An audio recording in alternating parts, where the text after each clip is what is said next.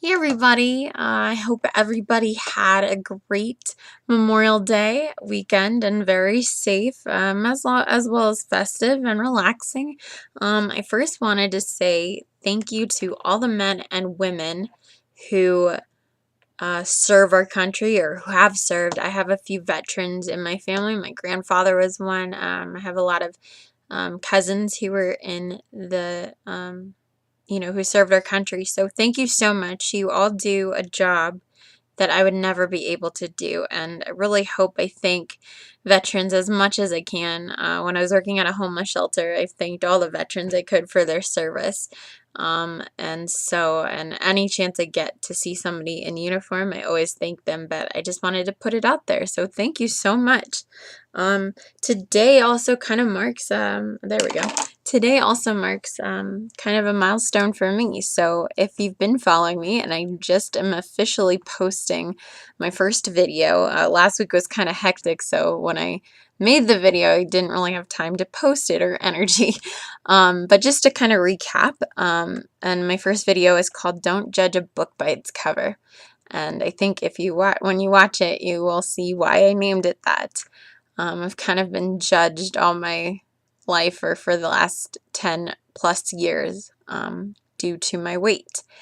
And I don't know if you can see my face, but a week ago I had my sleeve gastrectomy and I was really excited about it, kind of nervous and scared because it's the first major surgery I've ever had. But since then, I've lost 14 pounds, which is huge.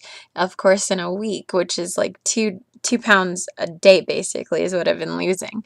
However, it hasn't been an easy road getting there. As I explained, due to all my issues that I've had in the past, I also knew that I probably wouldn't just be spending one night in the hospital. And sure enough, I was right. I ended up spending 3 nights in the hospital. Also, before I dive into everything, I kind of had a blonde moment. So I was trying to use my webcam on my other computer because this computer was uploading something and I couldn't access my web camera. So I thought I was talking and recording a video, but then I found out it wasn't recording at all. And on top of that, my screen went black because there was no motion. So I just thought that was really funny. Anyway, so, kind of have blonde moments once in a while. Anyways, going back to my story. Um, it was not an easy road at all. The first 48 hours, I was extremely nauseous, which was expected. However, it was really even hard for me to drink water. And the first day, I had to drink 1 ounce of water an hour, which was really difficult. It's really hard staying hydrated, especially when you feel so disgusting. Thankfully, I had my amazing family members there and my friends who came to visit me in the hospital to make it go by a little easier. But the surgery was simple. Yeah, I couldn't feel that I was in pain until the next day. My throat hurt because I knew that they were going to intubate me, which means they stick a breathing tube down your throat when you're in surgery. And so I sounded kind of like a man and very hoarse the first 24 to 48 hours. So that was the only pain that I could tell that I was in. And I was extremely exhausted, and every nurse or medical professional I ran into while I was staying in the hospital kept telling me how difficult this surgery is, like just in terms of like how major trauma, what a major trauma it is to your body. And they just kept giving me props for going through it. And, I got up the first day out of surgery, although I was completely really out of it. I remember I was kind of like going around like this, like trying to keep my eyes open while going around the hallway with my IV, but the nurse was like leading me around there. Um, but so everybody was really impressed that I got up so soon and that I was walking around and everything. So it wasn't until the next day that I'm like, oh yeah, I had surgery yesterday. It hurts. And like I said, there's 5 incisions they put on your stomach. And I'm just going to show everyone, just for anybody who ever goes through this. Like I said, this whole video cast that I'm doing is for me as like a healing process, as well as to show how far I've come, what it took to get to this point. And then when I've gotten to the point where I feel like I'm the most successful and I'm happy, um, you know, how far I've come. So I'm going to show you my scars, my incisions. And so just look away for a few minutes and I'll just point to the one that they took my stomach out of. So give me 1 second. I promise I'm not flashing anybody. Okay. All right. So it's kind of hard to see. Oops. So here's one. This one, I don't know if you can see, it's kind of hard lighting. This one is where they took the stomach out. So this one, it's right above my rib cage, or on my rib cage, and so it hurts the most. And then there's another one, and then there's 2 more. So it's really not that graphic because this is really bad lighting, I realized. But hold on, let me turn my light off. Okay, let's see if this helps a little bit. And again, I apologize. No, okay, that doesn't really help. But anyways, you kind of get the point. Yeah. So that one really hurt a lot, and I woke up in a lot of pain, and I was on all sorts of medications, anything from morphine to Dilaudid to, and not together, just these were medications, I remember them naming off, they gave me something for my throat. I was on Benadryl because I started getting a rash from something. I don't know if I was allergic to something or what, but started getting a rash, and because that's my luck with life, it didn't surprise me. So the Benadryl, I've taken Benadryl once in my life for when I did have an allergic reaction to something. And I remember flying, and even though I was like sitting in a chair, I remember it just felt like I was flying. And I'm like, I'm never taking Benadryl again. Well, sure enough, they gave me Benadryl and morphine. So, I was very happy. Anyways, and it really got rid of my pain and helped me sleep. So that was good. But again, like I said in my last video, if you think you can ever rest in a hospital, you got another thing coming because, no. But I got some rest, so that was okay. My second day, though, I did get really, really nauseous, and they ended up giving me Zofran for that and a few other things because the Zofran I don't think helped. I don't remember. Some of it was a blur. But I was really nauseous where I wasn't even able to hold down my water. Which that even was upsetting my stomach. So, at that point you're like, okay, because at that point I was actually advanced to phase 2 where I could start drinking like a protein shake, and I could start drinking, they didn't give me shakes in the hospital though, but sugar-free Jello and diluted cranberry juice and diluted Crystal Light. And I was able to have 4 ounces an hour, so 1 ounce of liquid every 15 minutes. But I got really nauseous, and they said that was normal. However, I ended up getting a fever, which at first they thought was from my surgery, but it wasn't high enough, because if it's 101 or higher, then that means something's wrong. So it actually ended up being related to my FMF because I was off my medications, and I guess I was having a flare-up and didn't know it, but I had a fever. So that was really fun, Another thing I had mentioned in my previous video was I was kind of not skeptical, but not sure what to expect because I was moved to a completely different hospital. I was supposed to have my surgery at Huntington Hospital in Pasadena, but at the last minute, my insurance company moved it to Arcadia Methodist in Arcadia. And we had toured the hospital before, and it was a really nice hospital. I just wasn't sure what to expect because I wasn't as familiar with it as I was with Huntington, because that's where my dad and I did all of our pre-op, stuff. But it ended up being a really nice hospital. The rooms were nice. I had a private room, which was great. The nursing staff that I had was spectacular, was superb. They were just amazing. They kept building me up. They kept saying that this is one of the hardest surgeries you could ever put your body through, and you're doing great.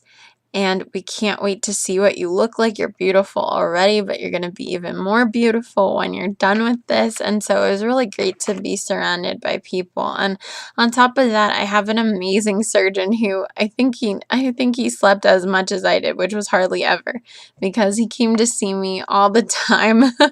And so he was just amazing. So, it was kind of a hard week for me, but I kind of expected that too. And my mom kept asking me, like, if you knew you would have felt as horrible as you did, would you have still gone through this? And the answer is yes, because, this is a journey, and I know in the long term, I'm going to feel even better, and I'm going to be happy, and hopefully some of my health problems will improve. I have a slew of other problems that aren't necessarily weight related, but that I didn't mention in my video. And hopefully somehow my weight, or just being healthier and putting better things into my system, will help curb all those. So as I also said, and by the way, I don't know if you can tell my face from my last video, and it's okay if you don't. I won't take offense to it. But I've lost 14 pounds since last Monday, which is incredible. I don't think I've ever lost that much weight in my life before. And that's basically 2 pounds a day. So this is insane. And this ring I'm wearing, I haven't been able to put on in years. So it's just a little, toy ring that I have. And I was so excited when I got to put it on. And, my clothes aren't huge on me yet, but they're getting, I'm looking better in them, and I'm feeling slimmer in them. So it's a really great feeling. So yeah. So as I also had mentioned, in this video, but in my last video as well, my dad went through this surgery as well. And it was just, I think it worked out well, that it was kind of, that we're going, excuse me, that we were going through this together, because, it really helps when you have a really great support system. And as I said in my last video, I've always had a great family.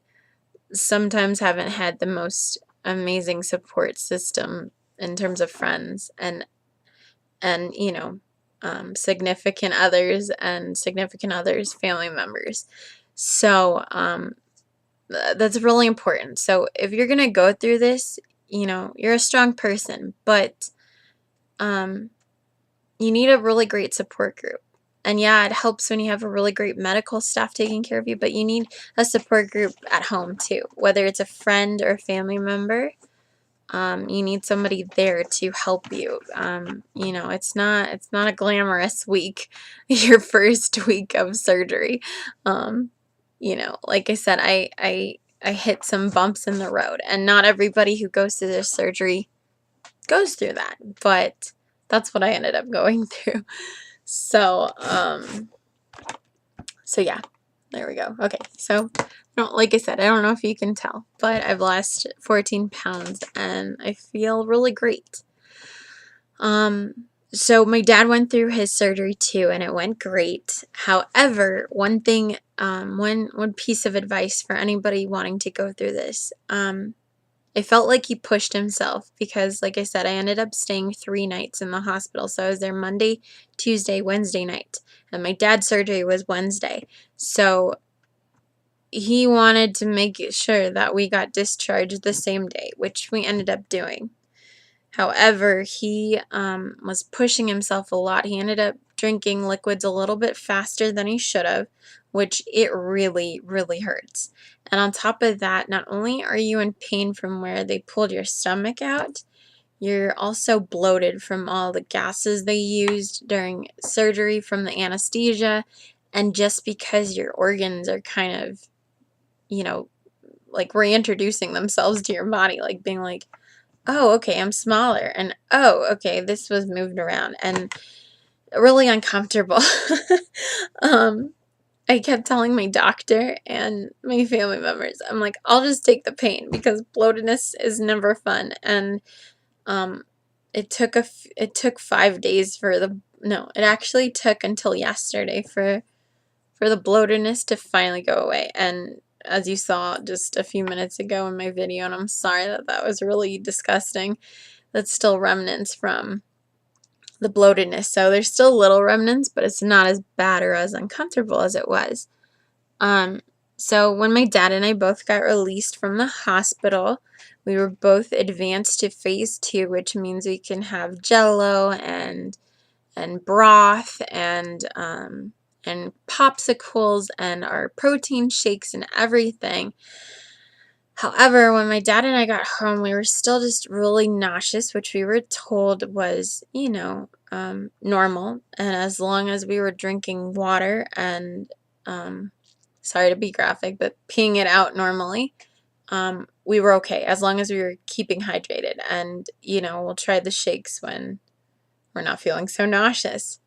Unfortunately for my dad, and when I was in the hospital, I did throw up a few times. It wasn't because I drank anything too fast. I was just very, very nauseous, and a cough or anything just triggered that gag reflex. So thankfully, I was able to get that under control. However, my dad, when he got home, he kept throwing up a lot, and I knew that there was something wrong. I'm like, well, I haven't been through this, and yes, every person does handle surgery differently, but this is weird. Well, my dad is currently in the hospital tonight, hopefully being discharged tomorrow. He's been there since yesterday. We found out because he was pushing himself to walk around the hallways with me, he was drinking liquids really fast, he wasn't sleeping well, he was just kind of really pushing himself and not giving himself the proper time to recover. He ended up popping a stitch, which caused a small bowel obstruction, which those are big deals. Thankfully, it was really small, but it also ended up creating a hernia for him. So he's currently in the hospital now, and he kept telling me repeatedly in the last 48 hours that he's really learned his lesson. Thankfully he's doing well now, and as soon as he gets discharged, he's ready to embark on this journey with me, and I'm like, Dad, now we can work on getting our hot bods back. So a word of advice to anybody wanting to go through this, don't push yourself. Give yourself all the time that you need, especially if you have some health problems going into this. My dad has high blood pressure. He also has thyroid problems that run in his family. He exercises like a maniac, like does an hour plus of cardio a day, and yet he wasn't able to lose weight, and he was on a ton of medications for his high blood pressure. And he wasn't extremely overweight, but he was overweight, and so that's why he did this surgery. And so, your body really is going through a lot. When I sneeze, when I yawn, when I cough, when I sing or try to sing, it really hurts where my incision, where they took at the incision site where they took the stomach out. It hurts a lot, and your body is really going through a lot. Like I said, every nurse I ran into or any medical staff I ran into that found out that this was the surgery I had just said, like, this is one of the most traumatic experiences to your body that, you could put your body through.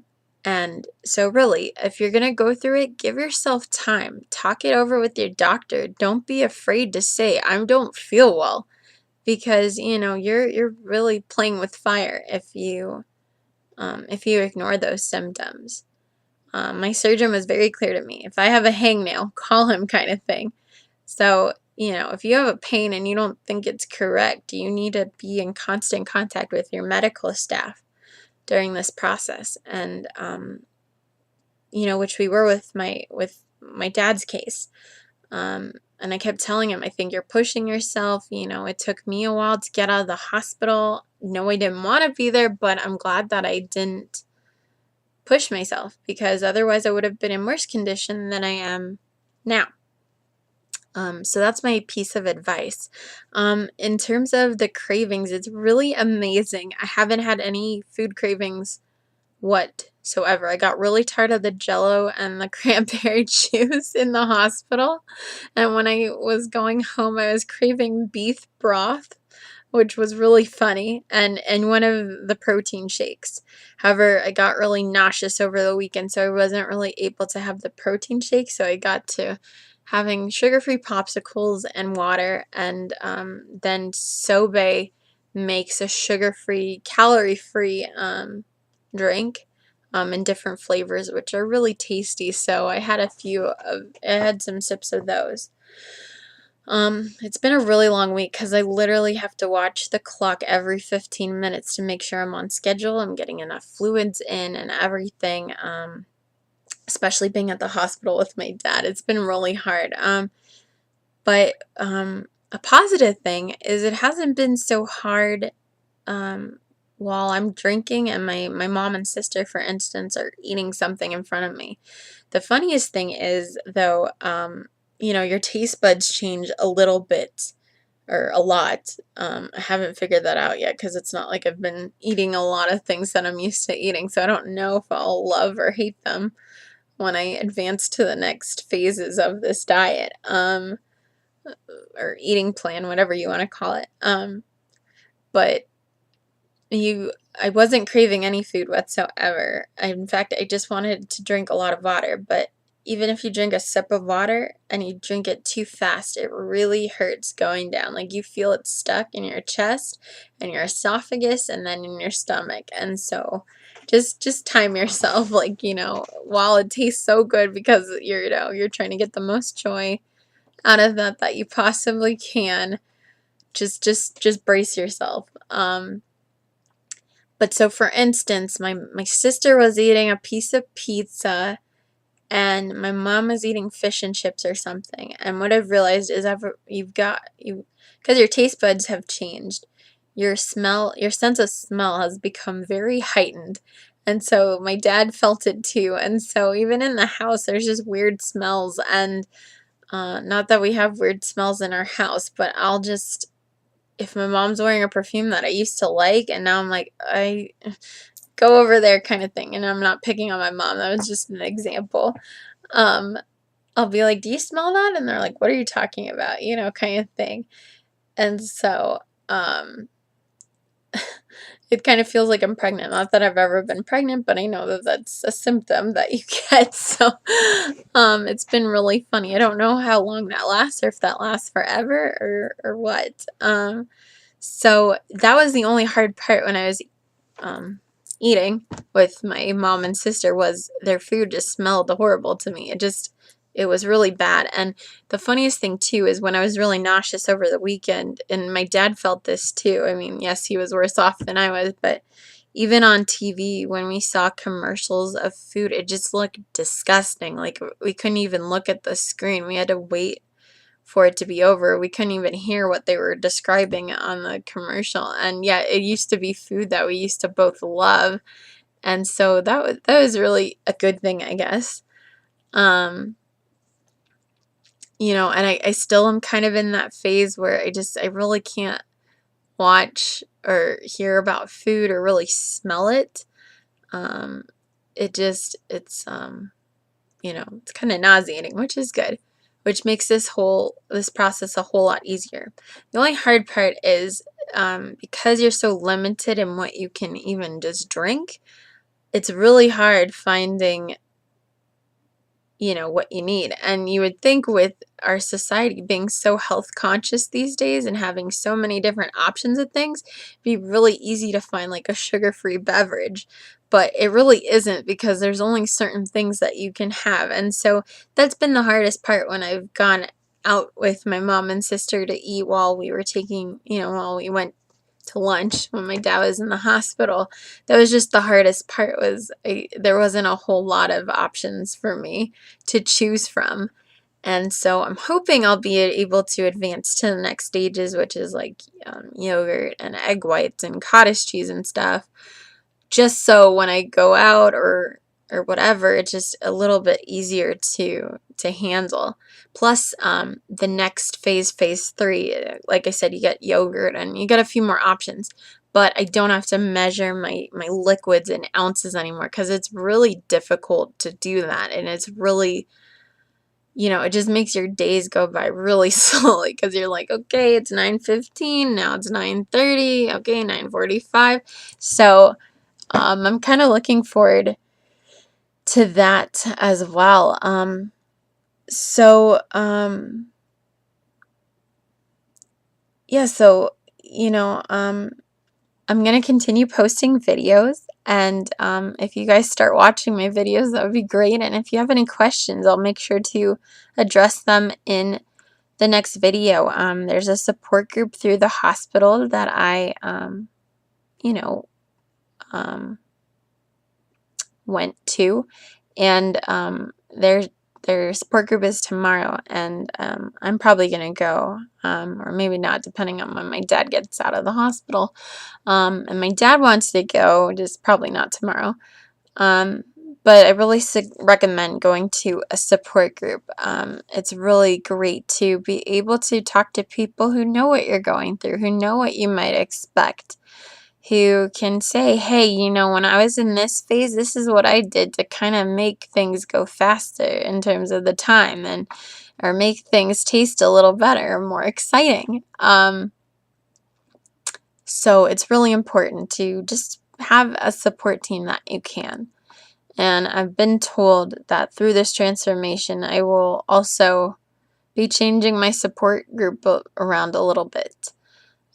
Because you just really realize how you've been treated, how you want to be treated, how you deserve to be treated, etc. So that'll be really interesting too. And I've kind of always been a fashionista, but I look forward to becoming more of one. I even downloaded this app on my phone where you get to play with different like fashion looks. And I'm like, oh my God, I can't wait to wear that when I'm this size or whatever. So hopefully throughout this transformation, I'll be able to post videos of like new outfits I get to wear too. And as I mentioned, I really love singing. It kind of is still hurting a little bit to sing because of, even though my diaphragm isn't necessarily next to my rib cage, it just hurts to take a deep breath, to yawn, to cough, to sneeze still. But I really want to document what journey my voice has gone on. And it's not even to showcase my talent. It's just, like I said, for me, for anybody else. It is to entertain you. But I want to show, like, hey, wow, I had so much breath support now as compared to, a month ago. So hopefully next week I will be singing something, whether it's a cappella or music. I'll have to see. But some of my favorite songs that have really helped me like get to where I am right now are Let It Go, which of course I know everybody's made a version of that, and from Disney's Frozen, as well as So Much Better from Legally Blonde the musical. As I mentioned, I'm a huge Broadway person. And also Defying Gravity from Wicked. I think those are 3 songs that really just make you feel on top of the world, and those take, women who are in kind of a low point, and then things turn around and it kind of just empowers them. And So when I sing those songs or listen to those songs, it always makes me feel better. And I always thought, that would always help me through a low time. And especially when I knew that I was going to be getting this surgery, I'm like, yeah, I am so much better, because I don't need you to tell me that I'm fat or that I'm not losing weight for this reason, because, I'm better. I'm a great person. I have a heart of gold. I always put others before myself. And now I'm putting myself before others. And that's another thing too that you may have to adapt to if you're going to be going through this surgery or any weight loss surgery or any weight loss journey for that matter, is you do have to put yourself before others. And that's why it's so important that you surround yourself with a support system that understands what you're going through, what you've been through, what has led you to this point, and just warn them, being like, look, this is what I'm going to be going through. You might not see me for a few weeks, and that's just because I'm trying to get used to everything, all these changes I'm going through, and all the eating habits. And it's really hard to go out to dinner with you right now because I can't have anything on the menu or whatever the case may be. I've never been one of those people to put myself before others. I've always put others before myself. I volunteer at places for the less fortunate. I've worked at places for the less fortunate. Like I said, if Broadway or acting or any of those never work out, my next goal is to get my MSW, Master's in Social Work, and work in a hospital. I really like trauma and crisis intervention. And also, my next goal is I'm actually, hopefully within the next week or so, I'm going to be getting my CNA because I want to get my foot in the door of a hospital. And my dream hospital would be Cedars-Sinai. I have a lot of experience there from family members being there, and I just feel like they have a lot of opportunities for me. And I'm sorry if I'm not trying to endorse anybody or anything. But those are just some of my goals. And I think it's really important to put your goals out there and to see which ones are really realistic and which one might take you a while. And I'm not saying nothing's ever unrealistic, but you might have to alter your plan a little bit. When I did, and I kind of explained this in my last video, and I know this video is getting long, and I promise I'll wrap it up soon. This year, when I turned 25 in January, as opposed to making a wish for myself on my birthday cake, surrounded by my amazing friends and family, I made a